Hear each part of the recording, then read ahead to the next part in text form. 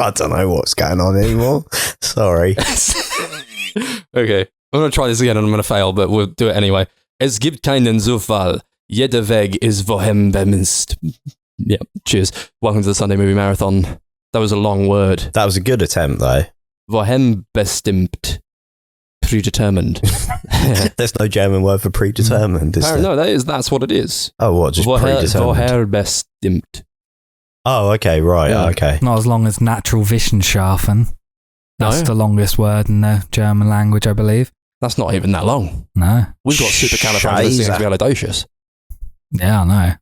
Fucking suck it, Germans. And anti-establishmentarianism. We got that as well. Hey, we're fucking... Yeah. Oi, We're Mary better than the Poppins Germans. against a few Nazis. She's just floating about with a fucking umbrella going like, big up.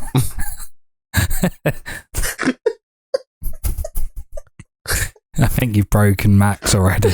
Do we need to cut that? We'll see. Probably not. No one of consequence is listening to this. I'll consult some people. What? You got your consult your guys. We'll consult our media legal team. Yeah.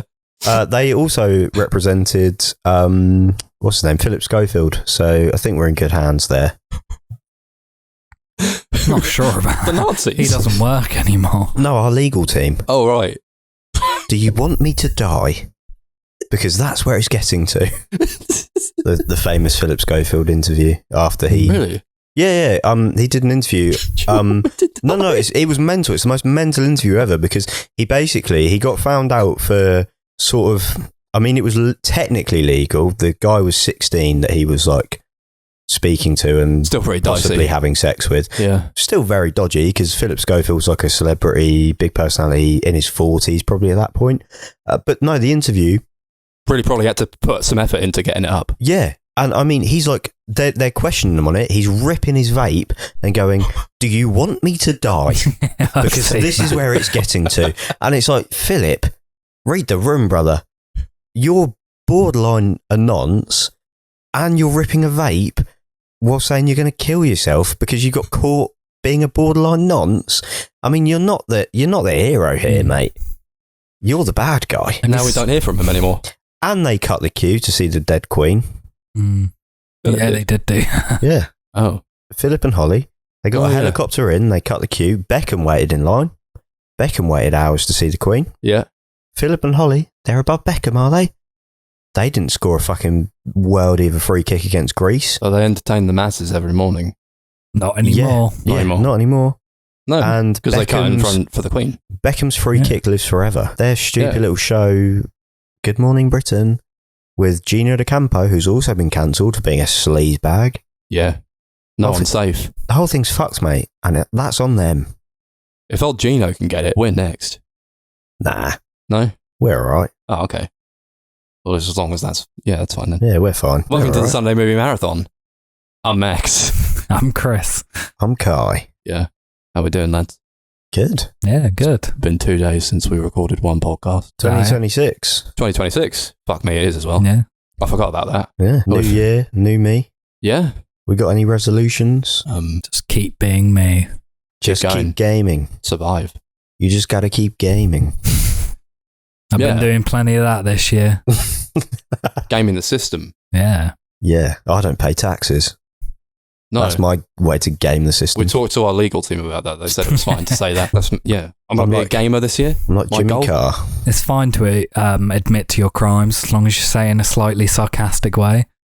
Yeah. Because then it sounds like a joke, so... Yeah, that is true. You're not accepting accountability. Yeah. Who else did that? Philip Schofield, wasn't it? Yeah, maybe. Yeah, because he was ripping a vape the whole time he admitted to it. You can't take anyone seriously when they're ripping a vape. Yeah, no. I've been watching loads of videos recently that have come up of like Leonardo DiCaprio at like press events and stuff, and he's just like ripping a vape. In like award ceremonies, he's like in the crowd just hitting his vape. Kind of respect it. Well, that's all those 19-year-old girlfriends that are rubbing off on him. Yeah. Explains why his vaping acting was so good in one battle after another. That is true. Mm-hmm. That was the best vaping acting I've probably ever seen. It was so natural. Yeah. He's living the dream. Yeah. He's living the role. He was hitting that jewel like a champion. I hope he does it at the Oscars this year. Nah, Oscars is too classy. Golden Globes, he maybe did it. Yeah, probably. Because that's a trashy award show. Sure. Who the fuck won the Golden Globes? Well, multiple people, because they don't just have like a best picture. Yeah, they've got a the best drama and comedy / musical. Yeah. So Hamnet won best drama, Right. and One Battle After Another won best comedy / musical. I like the musical number in One Battle After Another, but I don't think it was the best. I think drama actor was like the guy from The Secret Agent, and then comedy was Timothée Chalamet. Yeah. Yeah. But yeah, they put One Battle After Another in the comedy section with Marty Supreme, so... Sure. So, I mean, I laughed at both of those films. Yeah, they were both funny. They were both funny. I wouldn't call them comedies, but I laughed at them. I don't know. I think I'd call Marty Supreme kind of a comedy. Really? Yeah. Out of the two of those, I'd say it's more of a comedy. Don't know. Really? Although One Battle After Another, I guess, is kind of like a dark comedy. Yeah. I feel like pretty much all of PTA's movies are, though. Yeah, You that's can't fair. escape it. Do you know what? One of the funniest scenes in any PTA film is the scene where William H. Macy in Boogie Nights sees his wife cheating on him for like the third or fourth time in the film on New Year's Eve. And there's just like this one shot that just follows him to the car. He picks out the pistol out of his glove box, walks back into the New Year's party and just blows his brains out in front of everyone. And it always makes me laugh. As soon as you said one of the funniest scenes is William H. Macy, I just knew what you were talking about for some reason. It's I don't such a even great think it's scene. funny. It's fucked up. It's fucked up, but it makes me laugh because of how shocking it is. I gotta watch that again. It's such a It's great film. I got the 4K recently, and that's out. Nice. You One got Battle the After Another touch. comes out at the end of the month on 4K. Oh shit, does it? Yeah. There we fucking go, lads. Sorry, I don't know why I sang then. I was just doing the scene where Yeah. Mark Wahlberg is like trying to be a singer. You got the touch. And the producer's like, this is shit. That's I think that's like one of my favourite scenes in the film. It's what our media team keeps saying to us, isn't it? Just stop singing, lads. Yeah. Just get on It's with going to fucking get copyright claimed. Just stop singing. Stop singing, you got the touch. Going to got get the sued by whoever power. did that song. Mark Wahlberg. Marky Mark. Marky. Do you know what is like a forgotten piece of Hollywood history that I think is very important? Is that Marky Mark beat up a Vietnamese man for being Vietnamese. Yeah. It was a purely racist attack, What? and he blinded him permanently. hmm Did he? And like Mark Wahlberg is now just an accepted Hollywood actor. And I think he's a scumbag, he's a weirdo, he's a religious freak. He says Boogie Nights is his worst role because he's now like a Jesus freak. And The Happening is his best. He probably thinks that, you know, because it's like What? the wrath of No. God. But yeah, no, I think that's fucked up. You shouldn't be allowed to blind a Vietnamese man in a racist attack. Or just in general. Now, wait a I minute. feel like there should be some laws preventing that. Yeah, but do you know what I mean? He shouldn't be allowed to act ever again. He should be cast out of Hollywood. Just him. And all the other people that have beaten up people in heinous ways and blinded them. Will Smith. He did a didn't number on Chris blind Rock. anyone. Blindsided me. Mm. I was like, shit, man, he just slapped Chris Rock in the face. I wish I'd watched that Oscars live. I normally watch them live every year. Yeah. And that was the one year I was like, nah, I'm not bothered this year. Same with me. I remember woke up, I talking to looked you at and- Twitter and I was and- like, fuck. And you were like, no, I'm tired. I'm going to go to sleep. And I'm Yeah, like, I felt I'm really there ill. watching fucking Beyonce play tennis or whatever. I'm like, what the fuck is going on? And then Will Smith comes out, he slaps Chris Rock across the face. Did you see it live? Yeah, I saw it live. Yeah. Holy I'm shit. there What on was my your own reaction? going, whoa, whoa. I don't know. I thought it was a bit when it happened. I think a lot of I was people like, did, yeah. Oh, okay. Mm. That was strange.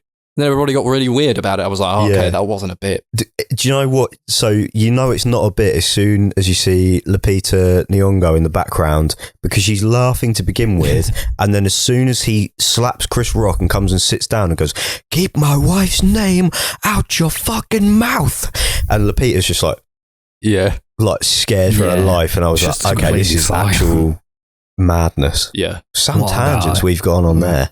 Mm. Now Chris he's Rock being style it sued, out. I think. Chris Rock. No, Will Smith for mistreating someone on his tour.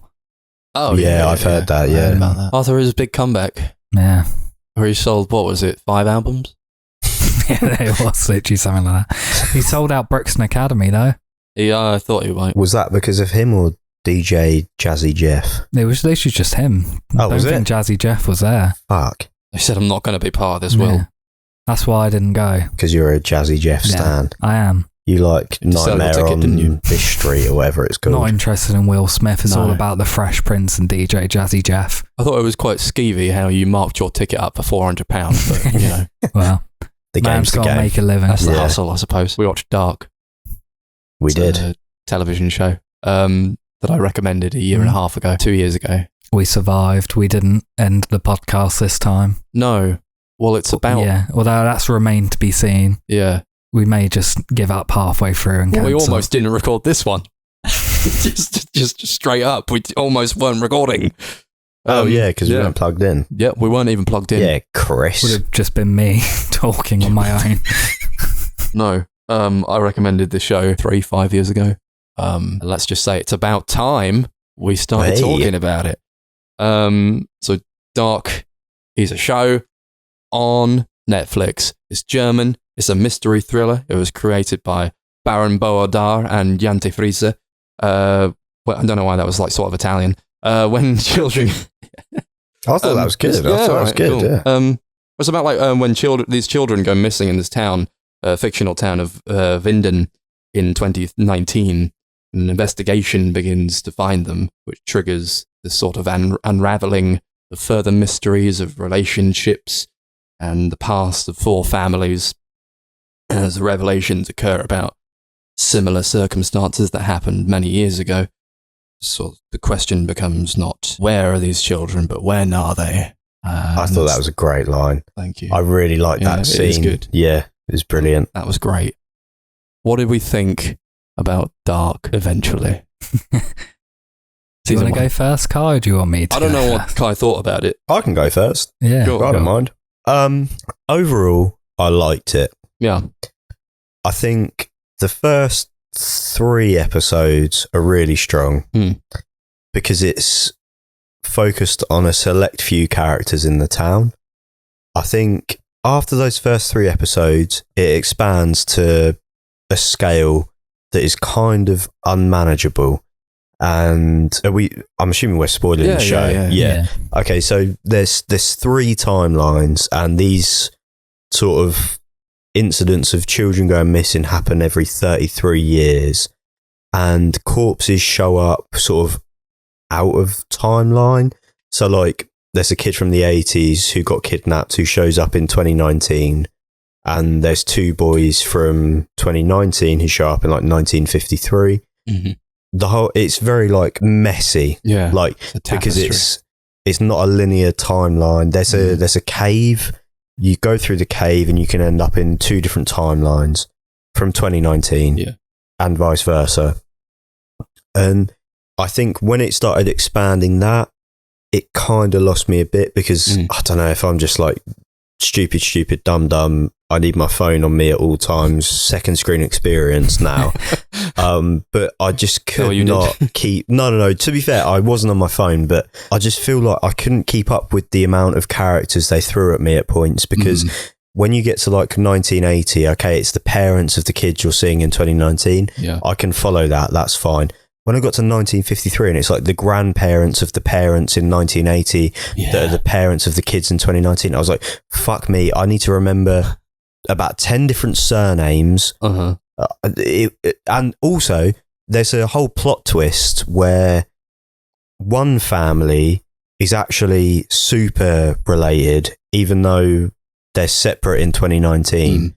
So Jonas, who's kind of, would you say the main character? I think he's painted as that in a type of way, but I feel like this is like... I mean, he's kind of like, they'd like kind of hint at him being like the most important character, even if he's not the main character. Yeah, so like at the start of the show, like a few months before the actual events of the show, his dad kills himself and it's a big mystery and there's no suicide note or anything. So him and his mum are kind of like, why did he do that? As it turns out, Jonas's dad is actually a kid from 2019 who gets kidnapped, taken into a cave back to 1986 and has to just live there forever. And obviously grows up, marries Jonas's mum. Yeah. So that I was on board with that. I could follow that. That was all great shit. When you start involving the nuclear power plant managers and their families and the fucking police chief from 1953. Chief Wiggum. Whatever he was called. Tiedemann, yeah. And I was just like, oh my God, I can't keep up with this. Because they've also, like, they all just marry each other. It's a very incestuous town. Yeah. Oh, yeah. And I've gone off on a massive tangent there, but I think the point I'm trying to make is it got very messy very quickly, sort of in the middle portion of the show. Yeah. And I could not, for the life of me, really keep up with what was happening, who was who, what was what. There's a clockmaker or a watchmaker at one point, and he's like integral to the plot, and I still don't really know why. Mm-hmm. I'm assuming maybe you find out in other seasons. The biggest thing, sorry, I'm ranting. No, I'll let other fine. people speak in just a second. The biggest thing, I feel like they set up about 25 different mysteries. They solved maybe 3 of them in the first season. I kind of get the base level understanding of what's going on, but there's so many questions I've got now that I've watched this first season where I'm like, well, what the fuck was that? What's this? Who were they? I'm all over the gaff with it. My head's a bit of a scramble, but overall, well acted, really well acted. I really like the guy that plays Ulrich, the adult Ulrich. Yeah, he's great. He reminds me of Mads Mikkelsen. Yeah. Don't know if you got that vibe. Yeah, a little bit. I really thought he was really great. I thought the guy that played Jonas was great. Mm-hmm. I thought Hoffman. The woman that played his mum was great. Yeah. She's an interesting character because she's quite a petty, vindictive woman. I like her, but she's like really lovely to Jonas. So I was really conflicted about her. And I really got on board with the family relationships. I think that was what kind of kept me watching it, because there's so much intrigue and so much drama in these interpersonal family relationships. Mm-hmm. I found that the most interesting part of the show. It kind of lost me when it got to mental proportions of wormholes, timelines, and I was just like, fucking hell. I didn't come here for a science lesson. I want to be entertained. Yeah, I get that. But yeah, no, overall, I like the show. That's good. And that's me done. I'll start speaking now. Yeah. Because I feel like I've just gone on a 20-minute rant. No. I feel like I agree with literally everything you've said. Overall, I did like the show. I really liked the, like you said, the like character sort of family dynamics and stuff like that. Throughout a lot of the show, I was reminded very heavily of Twin Peaks and how a lot of the show is kind of more about this town and about these characters and about sort of their interpersonal relationships and stuff, with kind of the mystery at first kind of being in the background. And that sort of stuff I really, really loved and was really invested in. But I agree that I feel like they were just adding so much to this mystery, adding all of these different threads. It wasn't even that I found myself struggling to figure out what was going on or was overwhelmed. It just kind of got to the point where I was like, well, I really invested in this section. This is what I want to focus on. But now we're off on some other tangent for 3 episodes. I want to know what's going on here, and you don't really get a lot of that. I kind of got the feeling that it's a show that the first season only really works if you watch all 3 seasons together. Not to say that I think it's bad or anything, because I did like it, but definitely in the tail end of the show when they started adding all the stuff in the 50s as well, I was a bit only give like, you about 2 episodes of that. Yeah, by that point I was a bit like, there's so much that's not been resolved. There's so much that's kind of underdeveloped. Can we just focus on that and get to this shit later? Don't have an issue with adding that stuff in, but I think I had an issue with sort of how it's paced and sort of where it sits in the timeline of the show. Yeah, it's interesting, I think. I've seen season 1 3 times now, but I've only seen the whole show once. I don't really remember all that much about what happens next. I just know that it goes off on some weird shit. I think, I agree that most of what I'm there for, at least in the first season, is the dynamics between the families, and the acting is so fucking good. Yeah, it's really great. Everyone's got. I love the look of the show as well. I think it's.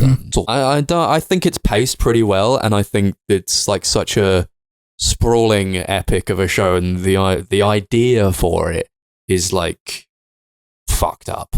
It's fucking weird, and to have that, and it's a complete show as well. And usually Netflix sees something like this, and they'll go, "Well, fuck, what the fuck is that? We'll give you one season, and that's it." So I'm pretty thankful that it's actually they ended it and they did it in the way in which they did, because they got another show after this, the creators, and that didn't go so well. They got like axed after the first season, which was a shame because it was a really good one. 1899. If you want to watch something that's never going to fulfill itself, yeah, I think there's an argument to be made. I think that perhaps in season 1 they could have left out the plots in 1953 and put that into another season, just so you have more time to flesh out these two time periods that are really interesting in and of themselves. I really love all of the characters in 2019. I think I do get I get a fair bit from the 86. But then me too. When they're putting in that stuff in 53, I do agree that I feel like it's trying to set things up for the second season, but also wrap things up that we've already pre-established. So I do agree that it's like, it's one of those I think that if you watch the whole thing in context, it's like a 3-act structure. You have season 1, season 2, season 3. This was act 1, and then we'll get to the rest later. I remember correctly. I don't know if that's the truth or not. But I appreciate a show like this that's like very sci-fi and very difficult to understand, but only if you watch it like a couple of times, or if you're writing shit down and like trying to memorize characters' names. There's so many characters. Too many characters, in my opinion. I kind of agree with that. Maybe. But what they do with them, I think at least, I'm surprised at how much time they're able to dedicate to so many characters over 10 episodes and still have them feel like fleshed out and like you care about them. And I think that the time aspect to it, although I find it very interesting, it is sort of secondary to these other like family relationships that you have to ground yourself in. See, I disagree. I agree with a lot of what you said, but I disagree with you caring about all the characters, right? Because I could not give a shit about Regina, the hotel manager. I kind of agree. Her husband, that whole plot line, I don't give a fuck. Yeah. I was relatively interested in the old man. Is it Helga? Helga, yeah. Because he is across 3 timelines, so he's like obviously integral to it. So I was kind of involved in that. But to be honest, the most interesting for me was Jonas, his mum. Is it Hannah? Hannah, yeah. Christina, is that Ulrich's wife? Yeah. Katerina, sorry. I think that's Ulrich, their kids. Like that was the shit I was most interested in. I completely agree and I with think that. If you want to expand, do it sort of like a bit light, expand light. Yeah. Do you know what I mean? Okay. I kind of lost my mind a bit when I'm trying to, one episode is literally cut in between 2019, 1986 and 1953. Yeah. And I'm looking at these characters, I'm like, fuck me, I've got to remember who you are now. And I've maybe seen you for about 10 minutes on screen. Yeah. And I was just like, oh my God, I can't keep up. And I think if you wanted to make a really great first season, keep it a tight circle, keep it just maybe those 2 families. Jonas finds out some fucked up shit. So basically, the Ulrich's son, who gets kidnapped, Mikkel, is actually Jonas's dad. Yeah. Because he kind of gets kidnapped, taken back to 1986, obviously meets Hannah. Yeah. They make Jonas. And like he ends up like kissing his aunt. And he freaks out about it. And all that shit was really great. Yeah, I love that stuff. But yeah, when you start adding in fucking 2 lots of power plant owners, because you've got the 2019 ones. Alexander. Yes, well, Alexander, but he's going by a fake name or Boris, something. Yeah, he's Boris. Well, he is Boris, but he's going by Alexander. Yes. He's in some trouble.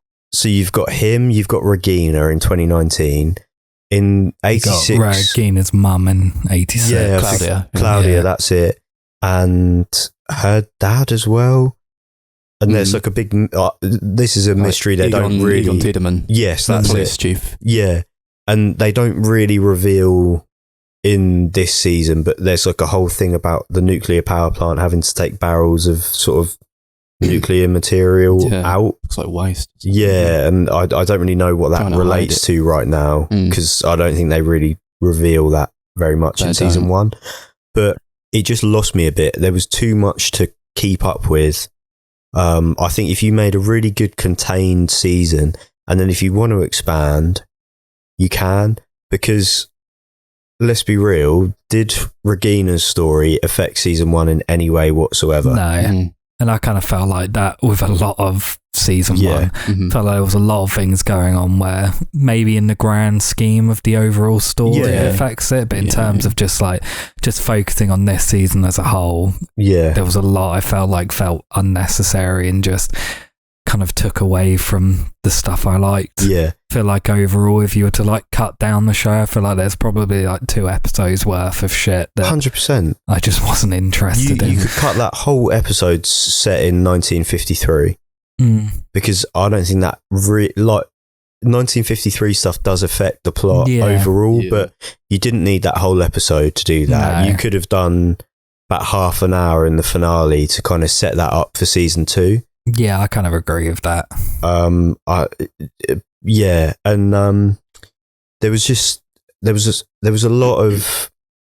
there's a whole episode basically where they explain what a wormhole is, how it can affect time and space.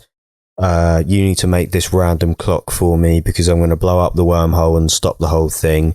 But actually, I've been lied to by Catherine or whatever she's called. Claudia, yeah. And I was just watching it and I was like, I honestly don't know what the fuck anyone is talking about anymore. I don't know who these families are, really. No. I'm not invested in this at all. It works best when it's like sort of like a Prisoners-esque, where it's like a dad trying to... What you could have done with 1953 is just have Ulrich go back there, realise that, oh shit, I'm onto this guy in 2019. I think he's involved in the kidnappings. I'm going to kill him as a child. Because that shit was really good. And I was so invested in that. I think that's all you need to do in 1953. Because they've also set up the fact that Ulrich had a bit of a beef with the police chief, Tiedemann, in 1986. And then he's actually the police officer in 1953 as well. And all that shit works really well. All this extraneous shit with the dog... and Claudia. And I was just like, what the fuck is going on? With the dog? When that happened, I was a bit like, fuck you. I don't care about this shit. Yeah. There was too much going on. It was way too much for one season of television. Yeah. I think you can definitely expand on that in season 2 and 3, but you needed to set a core group of characters in this season, and I don't think they achieved it very well, because you have got a core group of characters, but then you've also got all this other shit surrounding it that, for me, is just diverting away from the good shit. Yeah, I do sort of agree, to be honest. But having watched it myself, I feel like, at least when I got to the end of the 3rd season, I thought it all wrapped up pretty well. Maybe if I watched it again, I might not think that way.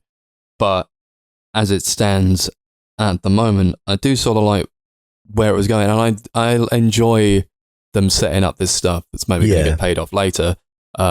But I agree that perhaps it might have been better to either focus on like less stuff in the 1st season, or maybe go for like 20 episodes, something like that. Yeah, exactly that. Do like a classic season of television. Do 20 episodes where you have the time then to set all of this stuff up. You've not got to do it all within 10 episodes. I mean, I will continue watching it because a lot of the mysteries they've set up are intriguing to me, and I want to know what happens to like that core group of characters that I mentioned. So I will continue watching it, because I mean, do we want to get into the ending of it? Please, yeah. Because a fourth timeline gets added, as if 3 wasn't enough to keep you interested. They add a fourth timeline, so a big wormhole opens. So future Jonas has this machine that is trying to blow up a wormhole to kind of reset the timeline or set it back to normal or whatever. But it actually just creates a wormhole where Jonas can see the young Helga after he's been sort of rocked in the face multiple times by Ulrich. Horrible and they scene. touch. Yeah, it was awful, wasn't it? Yeah. A cheeky bit of just child murder. Yeah. But yeah, they touch, and then I think they swap, from what I can tell. Yeah. Because Jonas was in that weird room with the machine in the middle and all the kiddie wallpaper. Yeah. I guess they set up like I guess technically it was a time machine sort of thing. Yes. I'm not sure what they're doing with the kids. No, exactly. I don't know what that's all about at the moment, but apparently they're guinea pigs for a time machine or something, and I was kind of like... To set things right. Yeah. But let me finish this point and then I'll come on to my next point.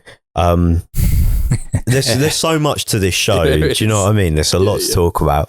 But yeah, no, so they touch, and then Jonas ends up in, we don't know what year. I'm assuming it's 2053, because that would be 33 years after 2019. Is that right? Is my maths right on that? 52, yeah. Yeah. 42. Okay. 52. So my maths is a bit off there. Yeah. But yeah, that's what I'm assuming what year he ends up in. But they basically just go, welcome to the future, and then they knock him out with a gun. Yeah. And I was a bit like, oh my God. Another timeline that I have to focus on, and a whole new cast of characters.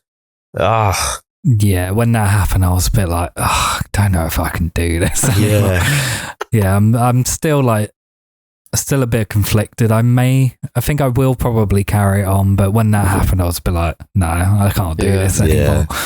But the more I think about it afterwards, I'm like, I am intrigued. I do want to know what happens. My hope is that in season 2 they cut out the 1950s stuff, because that's pretty much been done now. Except for Ulrich, because he's still there. Yeah, I forgot about that. Yeah, he's arrested at the time, isn't he? Yeah. Oh, God. So, okay, yes, that's 4 timelines I'm going to have to keep up with in season 2. Fine, whatever. But also, I want to come on to Noah. Yes. Because that, to me, is the biggest mystery of the whole thing. And I have no sense of who Noah is. Who the hell is this I think guy? he might be Bartosz. Really? I think he might be future Bartosz. Okay. Because they have like a weird deal. So they got a weird deal in the back of his taxi. Yeah, do we want to set that up for people? So Bartosz is Jonas's like good friend. He kind of covers for him after his dad's killed himself and said, oh no, he's just taking some time in France. Jonas gets back to school and Bartosz has kind of stolen his bird. Yeah. And they're together, but actually the girl still likes Jonas, but yeah, it's a whole fucking thing. She's his aunt at the same time. Yes, and Jonas goes, actually, you're my aunt. No, this isn't right. And then him and Bartosz have a big... He tells her that. No, he doesn't, to be fair, but in his head. Blow her mind. Yeah. Just like, this is wrong. It's always been wrong or some shit. Which is so sad. But him and Bartosz have like a big fight. And then you see there's like a scene in the final episode with Noah and Bartosz where it's like, have you thought more about my deal? And he's like, yeah, everything you said's come true. And it's like, are you... I feel like you're Bartosz in the future. And I feel like you're so like, I don't know, betrayed by your friend that you're just going to fuck with time and space to really fuck this guy over. We've all been there. Yeah. There was a bit with that character that really made me cringe where he's like, says something like, this is my arc and I am Noah. Yes. It was awful. Yeah. I'm intrigued about Helga as well. Yeah. Because I feel like he's the key to the whole thing. Because I assume he's dead. The 2019 version is dead of now. Seems like it. Because they have a big car crash, don't they? And what was that about? Yeah, no, he gets put in a body bag. Yeah. So. To be honest, those two characters like are kind of two of the ones where I'm like, I feel like the show just doesn't need this on top of everything that's going on. Yeah. I think one of my biggest problems overall is sort of it explaining a lot of the mystery and explaining a lot of the technology and stuff. I think I would have been far more invested and intrigued if it was a lot more mysterious. Like if like the time travel was literally just they walk in a cave and suddenly they're in a different timeline. But then when you got like future Jonas with that time machine that's been made by the clockmaker and stuff, that's where I'm a bit like yeah. I feel like it's blending. It's like it's trying to go for this like sort of mystery fantasy thing, or like sci-fi, but it also wants to weave in this like scientific narrative to it as well. So maybe there's like a disparity there where they're trying to make sense of something that isn't real and can only exist in a TV show or in a movie or in a book. But they're also like, and also this is why the science and this is why the planets align, and every 33 years this happens and the birds die and kids go missing. It's like, well, I don't really mind it all that much, because I enjoy watching the character sort of puzzle over it and try to understand why this is all happening again and why something that should be very simple is so vast and complicated. And there's a real through line throughout the season about how you cannot change anything because it has already happened and it will happen again over and over again. I enjoy sort of pondering over the determinism of it all and how characters will go out of their way to try to change the course of events and ultimately come up fruitless. I think I'm just thinking about that a lot. And the idea of determinism and the idea of, I think they talk a fair bit about Chernobyl. I think it's a lot to do with that. I watched that really great episode of Twin Peaks: The Return a couple of months back. I sent you guys a really big episode 8 thing about what I thought about it. And in that, I think I said something about how that was like a point in time where like everything changed, and if that hadn't happened, everything would be different, but it had to happen so that we could be who we are today. And maybe indirectly, maybe directly, we are who we are because of what happened in Chernobyl. Or maybe we are who we are because of what happened with the bombs in World War II. All these things happen over time, and they construct the narrative of the day that we are living in today. And without all that, we are not the people who we are. I think a lot of it is trying to come to terms with the idea of this deterministic world that we're living in which everybody wants to have control, but nobody can. And we get this through the layers of the people that we're seeing in Dark, who are all so miserable and sad all the time. And I don't think really any of them are very happy at all. Because they're all trying to have this control, but can get nowhere with it. I don't know if you guys thought about sort of the deterministic angle of it. Yeah, to be fair, that was one of the most appealing parts of the show to me, where it was like, time's happened, and it's happening, and it will happen.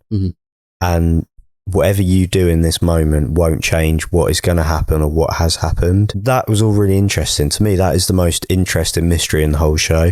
And I wish they just focused on that. Yeah, because I agree. I really enjoyed that aspect of it, and the way that sort of Ulrich's trying to save his son, but also by doing what he does in the 50s, basically signs his son's death warrant and banishes him to 86 forever.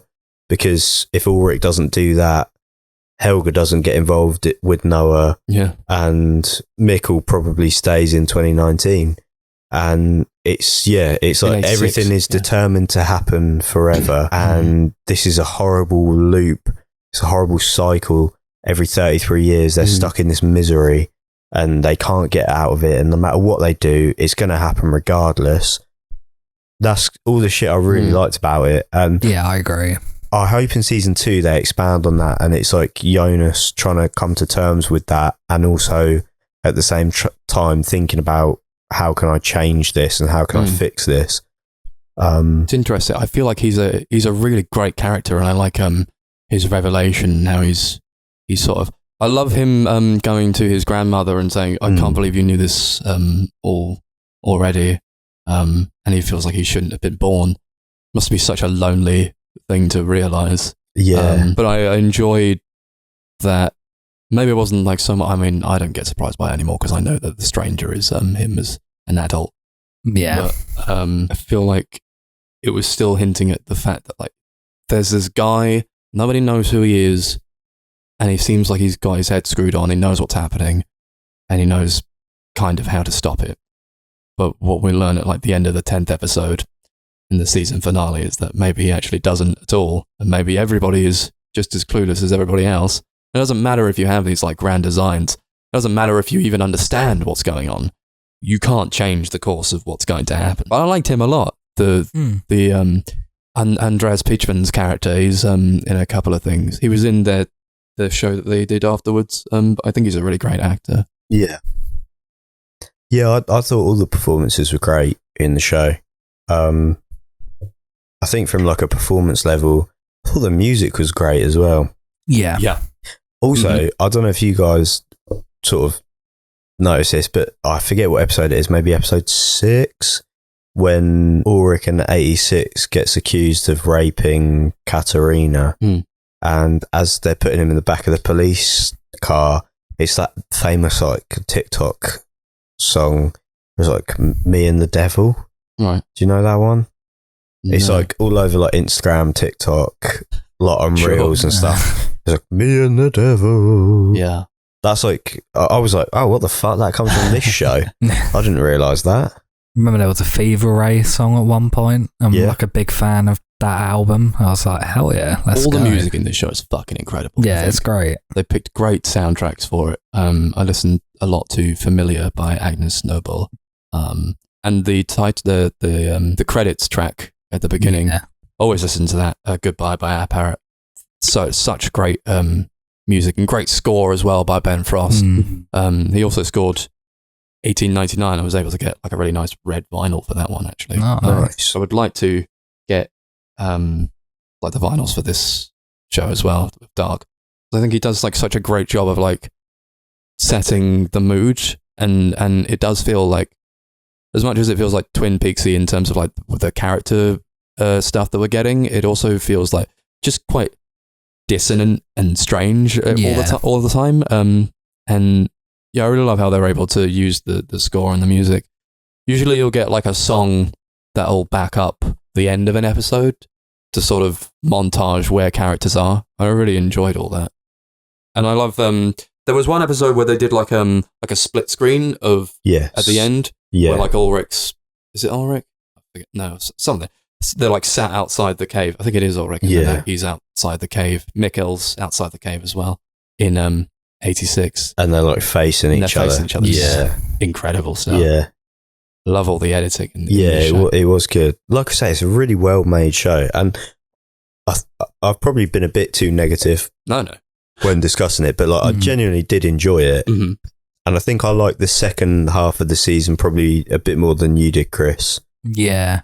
I think for me, for my personal like taste, I think the show kind of peaked sort of in the midpoint. Yeah. Okay. I think my favourite episode of it was literally the episode where Mikkel went back in time. It's like first in 1986, and they're like first revealing like properly the time travel angle and kind of all these characters when they're younger. I think I was just like so fascinated in the idea then, and like so interested in sort of what's going to happen to this character. But I think about halfway through I was kind of like, I kind of figured out a little bit what the twist was going to be with that character and what he'd end up being. You think that soured it a bit? No, I don't think it did. So I think sort of figuring that out, or at least sort of having that sort of theory made it like kind of a lot sadder. Yeah. And like that kind of made it more effective for me. I was kind of watching it. I was like, this is like kind of depressing now. Yeah. Like knowing he's trying to get out, but also knowing that he never will. And that he's like stuck here and this is it now. I love all the turmoil that Jonas goes through in trying, like he sees him sees him back at the party. He's like, I could easily take him. But he's, well, again, it creates this paradox, doesn't it? Yeah, that was a cool thing when the stranger at that point, which is actually the older Jonas, is like, you'll cease to exist if you take Mikkel back to your timeline, because he has to be here to meet your mum, to make you, and without you, the wormhole can't die, and the timeline will just be all over the show. Yeah. So yeah, it's a great concept show. Yeah. A lot of cool concepts, a lot of cool shit that they do. It follows, like, I think it's called the bootstrap paradox, where it's kind of like everything that's happened has to happen. Yeah. So like, if you somehow were able to travel back in time, like, you wouldn't be able to change anything. Anything you've done is something that's already happened. Yeah. Like, it was always sort of predetermined. It's always part of the timeline, and it's nothing that you can change. I love shit like that. Yeah. I love that paradox. I think it's amazing. I really like, you know this about me, detective dramas and mysteries, but like, I'm also like a big fan of sci-fi. So when they're doing this shit that like goes through all these different timelines and takes place like this murder mystery across time, it's fucking insane to me. I think it could so easily fuck up. Maybe it does at points, but I think the ambition is there. It's so clear. Yeah. 100%. Yeah, I can't deny that this is a very ambitious show. They're clearly trying a lot of things, even if for me it doesn't always work. Yeah. Have you seen True Detective, Max? No, I haven't. No. Okay. I really gotta get on that. I know people rave about it. Yeah, because to me, this show is like, I feel bad saying derivative, but to me, it comes across a bit derivative of Twin Peaks is the big one. Mm-hmm. I would say Prisoners, and then True Detective. Yeah. It's like those Especially three. like season 1 of True Detective. Yes. Mm-hmm. It's like those three combined, but somehow just doesn't reach the heights of either of those three. But again, like, I am intrigued. I will keep watching it because I want to know what happens now. So they've got me. Yeah. You know what I mean? They've good. got me there. Yeah. They've got me there. But yeah, no, I overall had a great time watching it. It was a good experience. I just wish maybe they sort of focused in a bit more on specific characters, because I found certain characters way more interesting than other characters, and I think they maybe bit off a bit more than they could chew with this season.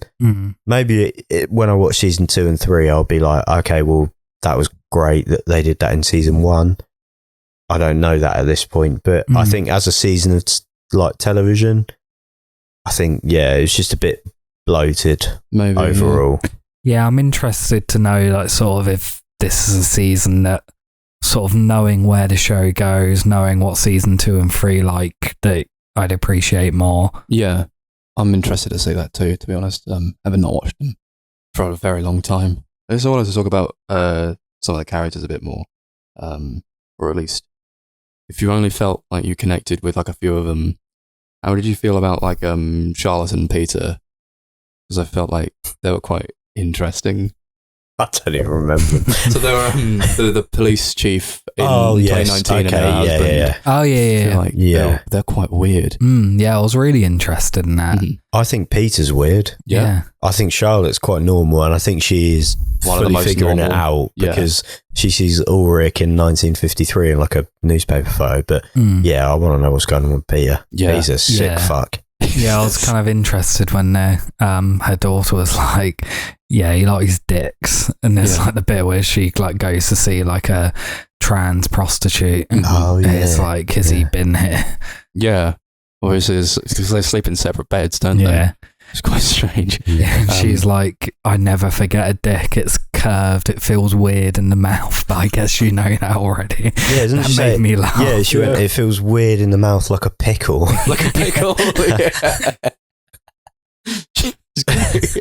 Don't get a lot of that character, but No. it's got some bangers. To be fair though, he was there that night, Yeah. so she covered for him because she even spotted him as he drove away. She was like, "That's his car." Mm-hmm. But yeah, I'm yeah. intrigued about that whole angle. I am. I feel like that prostitute will play a big part in the next season. Possible, yeah. I remember vaguely about what happens to Peter. I won't tell you about it, but he goes on some weird shit. Yeah. I would think, although Charlotte's maybe like one of the most normal people, I think this is a collection of ostensibly normal people who just get put into this horrible situation where they feel like they have to act in these drastic ways.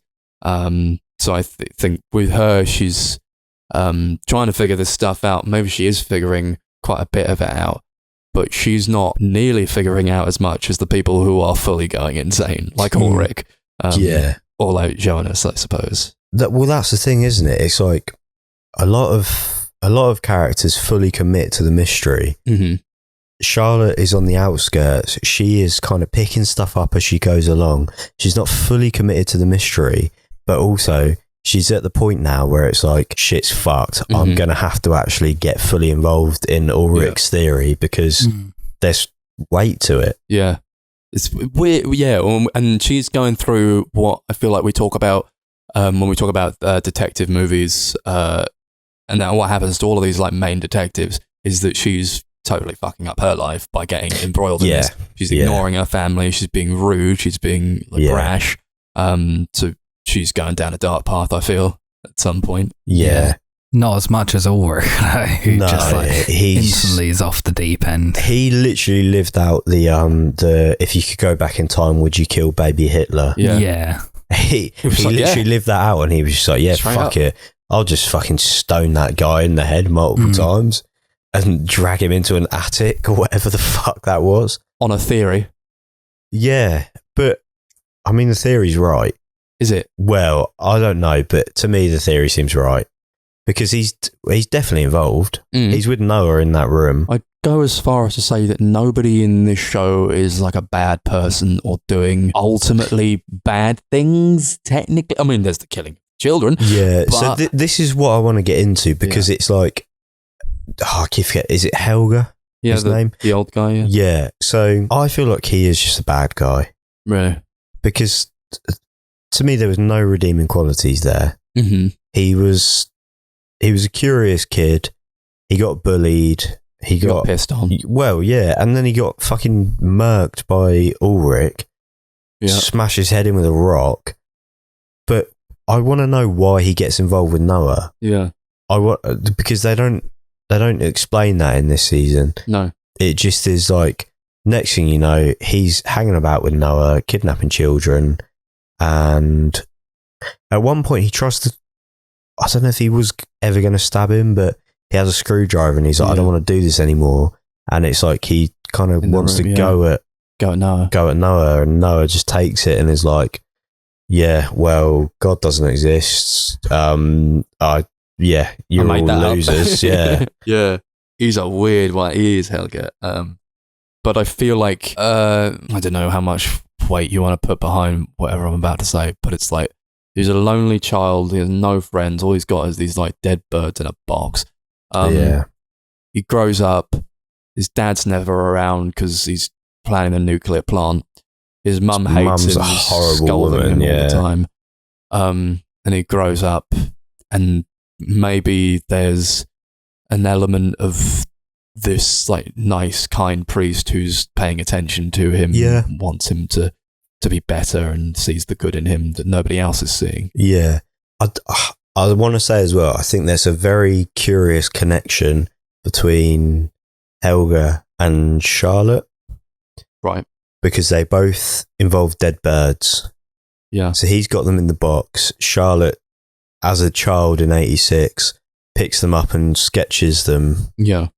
I don't know if that means anything, but I'm intrigued again. It's like another mystery they set up, and I would be intrigued to see where that goes.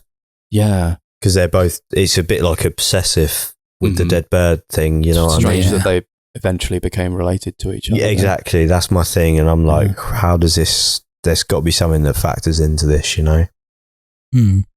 One of the relationships I found quite interesting, which they did kind of like explore and wrap up in this season, is like Ulrich and Hannah's like story.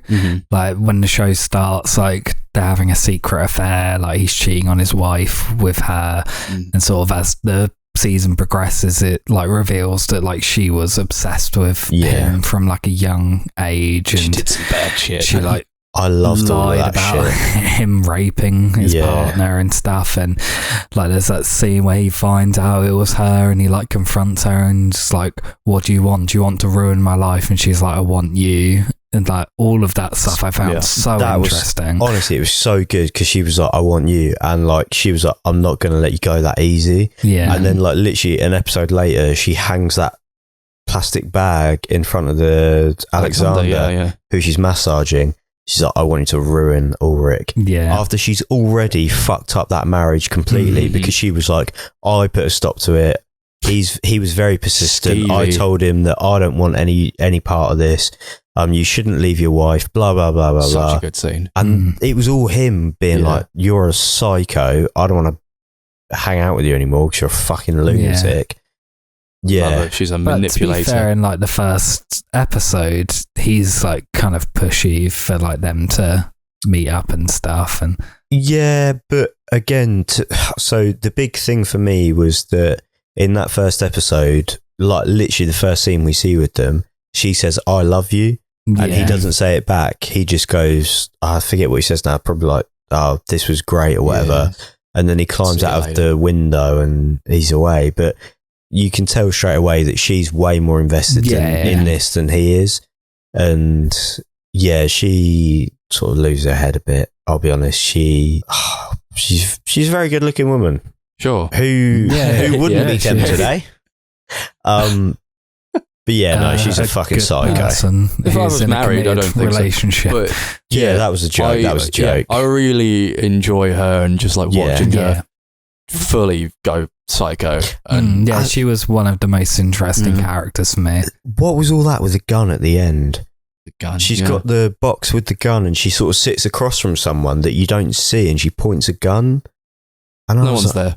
Yeah, I didn't think anyone was there. Oh, okay. Is she just sort of practicing I think she remembered that she got the gun from the box that Alexander left in the forest back in the day. Because I thought she was going to kill herself, and I was like, fucking hell, don't do that to Jonas. Don't do that to my boy. It's more like a mindset thing of where she was at the time. But to have kept that for all those years, and then to show him like 33 years later, I never knew when this would come in handy, but now it's come in handy. Master manipulator. Yeah. She's awesome. Yeah.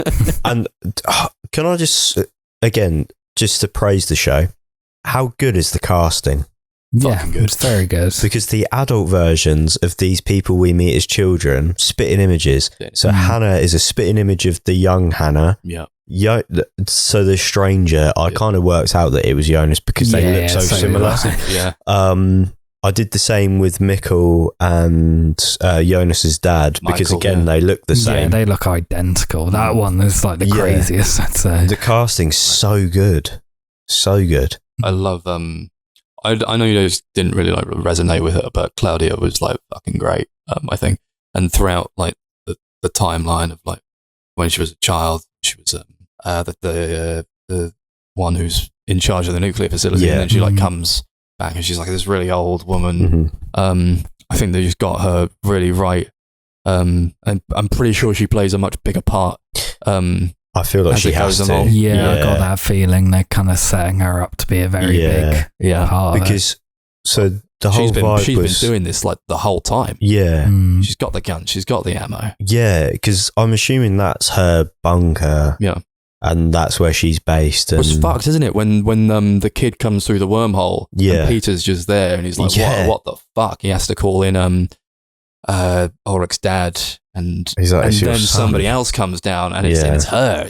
It's insane. And she's like, "We've got to move the body. We've got to do all this." So all these things get set up, so that eventually the rest of the deterministic element of the world can happen. I don't know if she's good or bad. It's that intrigues me as well, because obviously Noah says that she's the shadow. There's light and shadow, and he says he's the light, and Claudia is the shadow. And she had some sort of connection with Jonas at some point. Yes, she said to him to do what he's going to do at the end of the season. Exactly. But Noah says that she's lied to him. Yeah. And actually, by blowing up the wormhole, he creates the wormhole. Mm-hmm. So yeah, it's really intriguing.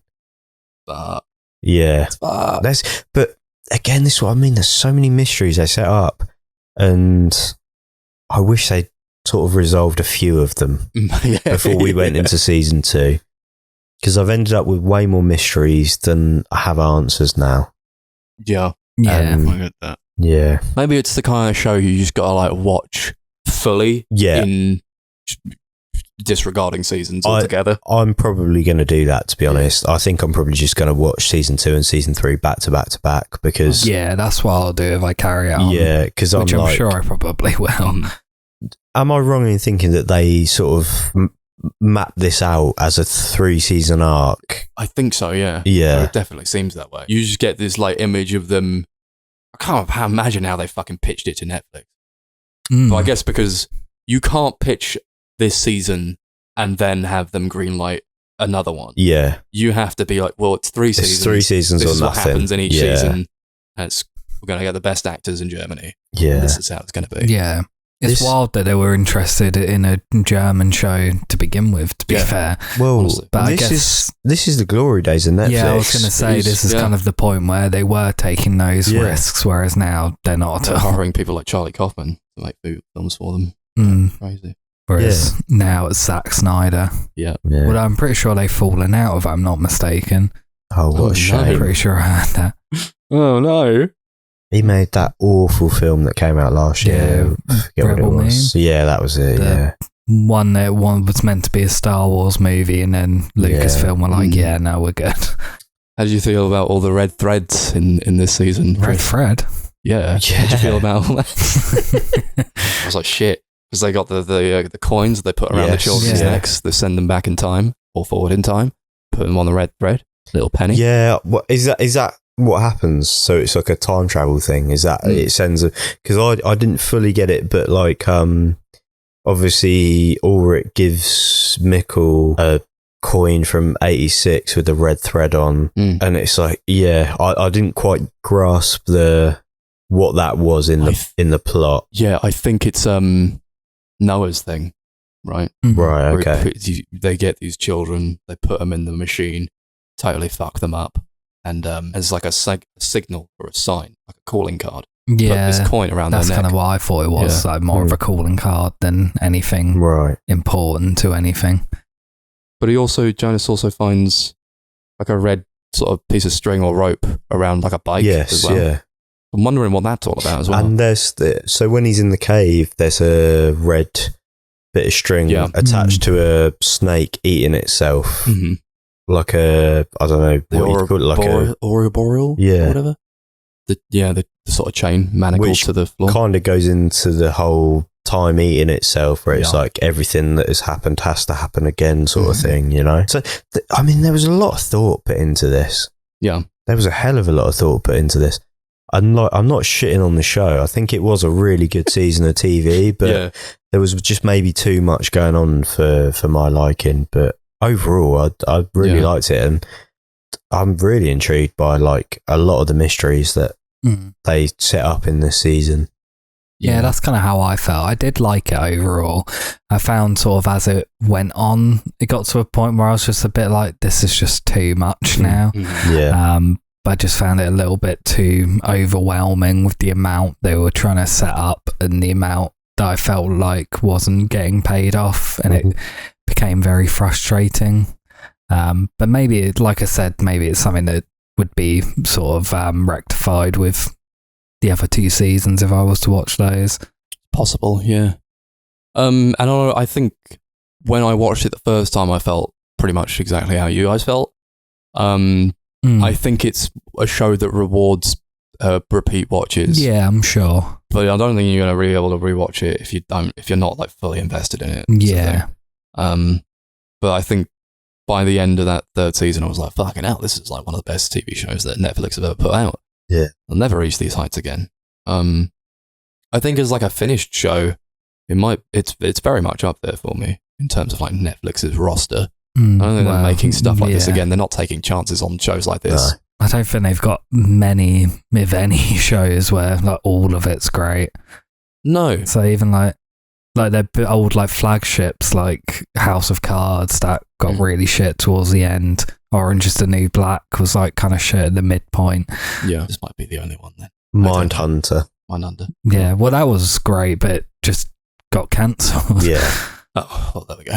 Apparently they're going to do a season 4. Yeah, I've heard. Is it season 4 or is it season 3? I thought they only did 2. Yeah, it might be season 3 actually. I never actually watched season 2 to be honest. Oh, you're missing out, man. It's so good. I think it's because they cancelled it after I watched season 1 and I was like, well, I don't really want to carry on there. Yeah, fair. It does end on a bit of a cliffhanger as well. You got the Cliff Booth TV show coming out on Netflix that David Fincher is directing. Is it a show or is it just a film? Oh, is it a film? Oh, I thought it was a show. Yeah, I'm pretty sure it's a film. Oh, okay. Tarantino written it. Yeah, well, David Fincher's directing, so hopefully he does that and goes back to Mindhunter. That'd be cool. Yeah, hopefully. Nice, wouldn't it? Ooh. I think, yeah. A lot of thoughts, I think, on this time round. Yeah. And having seen it as many times as I have, I think I'm pretty solid on how I think about it and how it's maybe going to progress. I'll probably carry on with it as well. At some point, I might take a little bit of a break, to be honest, because it is quite a lot. Although I do think I find it quite a big comfort as well.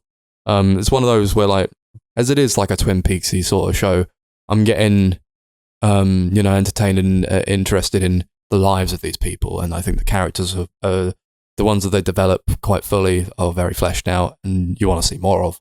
And I like the idea of like the determinism angle and all the time stuff that's going on. I think I like the loneliness of all these characters and how it's like this big thread of like how loneliness is breeding fear within people, but they're all off on their own little side quests, but what they really need to do is sort of connect and be together. And if they were all just together, then maybe all these things wouldn't be going so wrong.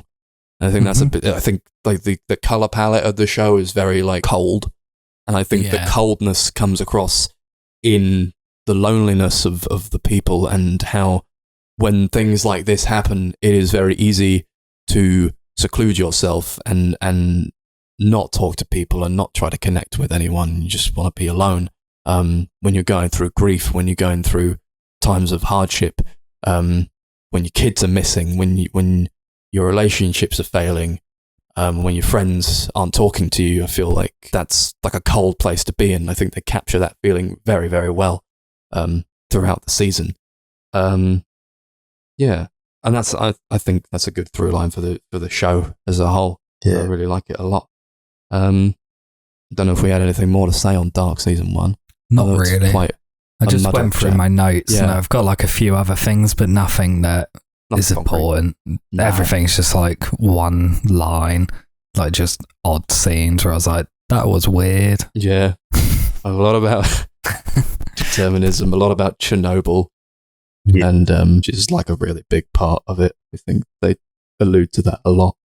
They're obviously thinking about that quite a bit. Especially in the 80s stuff. Yeah. And I just watched Chernobyl again. I was like, yeah, that was fucking insane. Actually, mate, the shit what that a fucking in show. That show. Unbelievable. Crazy. Yeah, I still need to watch it. Dude, you got her. It's awesome. Yeah.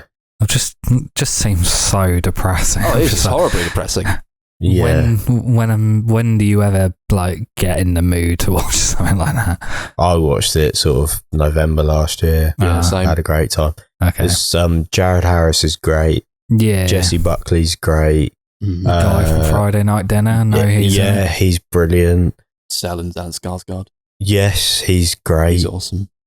Yeah, there's so much good shit in that show, man. And it's like really like humanist as well. Mm-hmm. It's not just about what a disaster it was. It's like going to the human aspect of like how people dealt with that disaster as it was happening. Yeah, really good. It's good. Highly recommend that one. Yeah, I will watch it eventually. Oh, you another bloody one for the list. Another one. Never-ending list. Cool. We'll cap it off there then. Thanks for watching, lads. Shall we give it a rating out of Albert Einstein's? Yeah, there was a lot of Einstein in there. Yeah. The distinction between past, present, and future is only a stubbornly persistent illusion. I like that a lot. Oh, who goes first? Yeah. Chris. Okay, I'll go first. As I said earlier, there's a lot I like about it, a lot that I feel very conflicted on. I feel like I probably will carry it on because there was enough interesting that I am intrigued about, that I do want to sort of see where it goes, even if there's a lot of stuff where I'm very frustrated and I know that I just don't care about. But we'll see. Maybe as the show goes on, I'll feel differently and I'll enjoy it more. But I think for now, I'd give this season a pretty high 7 Albert Einsteins out of 10. 7 Albies. Yeah, it's kind of like borderline an 8. Yeah, nice. Appreciate that. Do we fuck about with halves on this? Yeah, go ahead. Okay. Right, I'm going to say a strong 6.5 Albert Einsteins out of 10. Okay. I did enjoy the show a lot. I just think it was overstuffed. There was too much going on. But I am intrigued, and I'll probably change my rating based on the next 2 seasons, because I feel like they set up a lot in this first season that will probably pay off in the next couple of seasons. But obviously I've not seen that yet, so I can't judge that on that. So sticking with that, 6.5 Albert Einsteins out of 10. Fair enough. At the moment.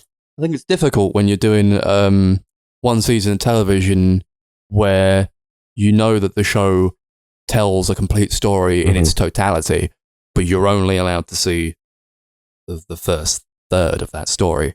So having not seen it in a while, I'm probably going to carry it on again, see what happens. Maybe my opinions will change, but as it stands, I still have really great memories of it, and I think it's like one of my favorite TV shows.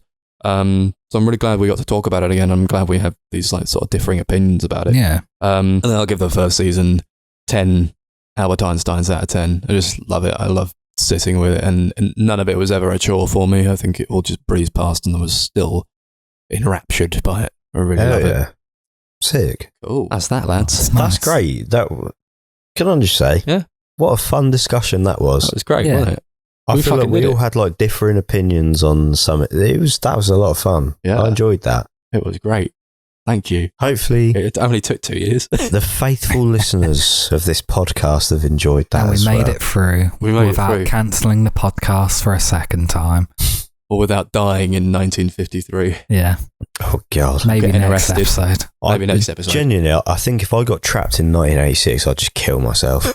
I'd just go, well, this is horrible, wouldn't it? It'd be horrible. I was watching, I was like, you know what? I think that would be pretty sick. No. It'd be like, horrible. It'd be sad. Like, obviously, you won't see all those people again. Yeah. But I also feel like the 80s You'll never see your parents again. You'll never see your friends again. Obviously, it's sad. The whole thing's fucked, mate. Like the 80s are such a cool time. All he's got is Houdini magic tricks. You can start a new life in the 80s. To be fair, you can buy a house. Yeah, exactly. You can buy a house. It's probably easier to make friends because no one's socially online. Exactly, because he's just gone up to a woman and gone, look, I know magic, and he's done a Houdini trick. That's all it took back in those days. Yeah, exactly. All it took was being weird and a bit autistic. Yeah. Do you know got everything you could ever want. Well, I mean, literally that does kind of work now as well, but it's a little bit more difficult. A girl, you got a house. Yeah, you've got to be financially stable. He was a child. You got a good bit of rope. Yeah, he did. But you know what? I thought that about Hamnet. Yeah. I was like, well, it fucking didn't take much in the 17th century, did it? They just sort of talked to each other. First meeting, they were like, right, okay, we're going to... They shook hands and they were there. I was like, crazy. Whereas now you try and talk to someone, they tell you to fuck off. Yeah. Well, I've never had that. That doesn't happen to me. Yeah, because I don't speak to anyone. Oh. Scared. Or me, because I'm in a loving relationship. On that note, all right, making us feel terrible about ourselves. Brag. We'll see you in the next one, and then the next one. Wait a minute. What fucking episode is this? What is the next one? 150. We did 150 episodes, lads. Yeah. Well, fucking brilliant. I didn't. You two did. No, you were there. Yeah, you were there for like 10 of them, probably. Yeah, probably overall. Yeah. All right. Fucking well done, lads. Not including the Lost Gondrava episode. No, Not including that one. That is true. Do the listeners know that I record an episode that never released because the whole fucking thing Yeah, was we fucked? did acknowledge it when we brought you. Cool. We talked about that quite a few times. We always allude to the Lost Goncharov episode. Do you know what? That was probably my best picks I've ever made for this podcast as well. Yeah, it was good. Maybe you have to bring him back one day. Ah, no, I can't. I think it's been time enough. I can't repeat. Yeah, that's fair.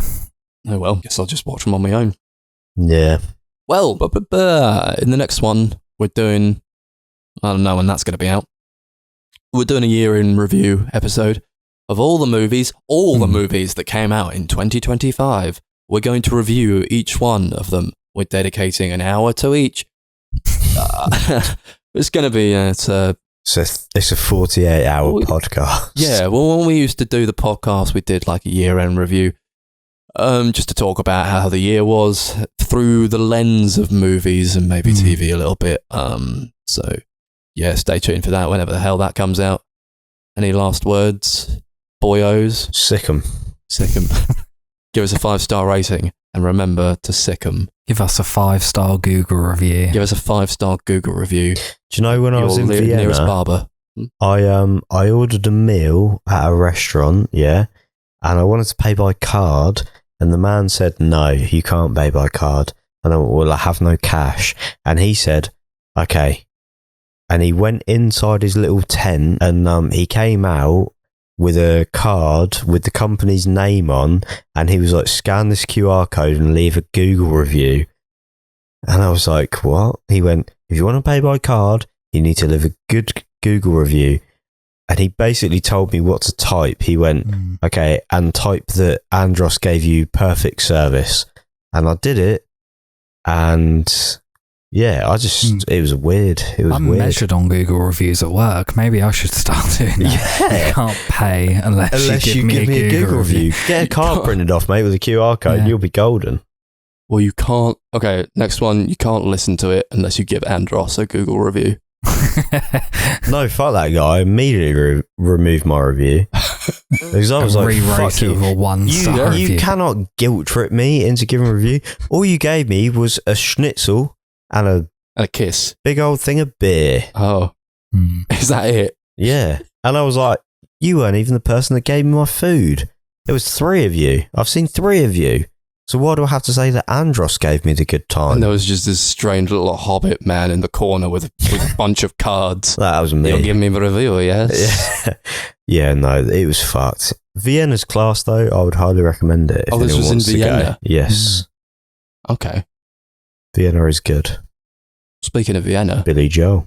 That song was all about Andros.